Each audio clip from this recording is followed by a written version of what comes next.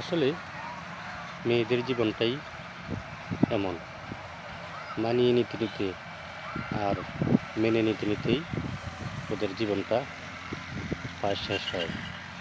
আসলে সত্যি বলতে কি, নিজস্ব কোনো ওদের স্থায়ী বা বাড়ি হয় না। কারণ জন্মের পর থেকে বিবাহের পূর্ব পর্যন্ত বাপের বাড়িতে বড় হতে থাকি। প্রাইমারি স্কুল, হাই স্কুল,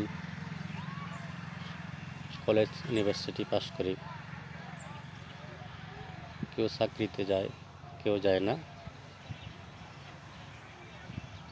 ওদের বিয়ে হয়ে যায়, নতুন করে চলে যায়।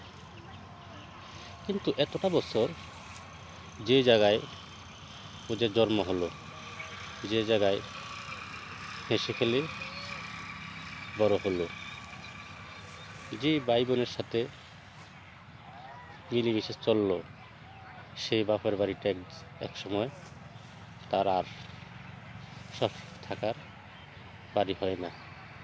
ওরা হয়ে যায় মেহমান। মেহমান হিসেবে আসে নতুন জায়গায়, নতুন পরিবেশে। ওদেরকে নতুন জীবন শুরু করতে হয়। আসলে জন্মের পর হয়তো একটা সময় প্রথম ওরা ভাবে না এই চেনা পথগুলাই অচেনা হবে, এই চেনা জায়গাটাই অচেনা হবে, এই বাবার বাড়িটা একসময় তাকে ঠিকই ছেড়ে দিতে হবে। কিন্তু সময়ের আবর্তনে, কালের বিবর্তনে, সময়ের পরিক্রমায় ঠিকই যখন হাঁটি হাঁটি পা পা করে বড় হলো, যৌবনে পদার্পণ করলো, ঠিকই তার বিবাহ হয়ে গেল।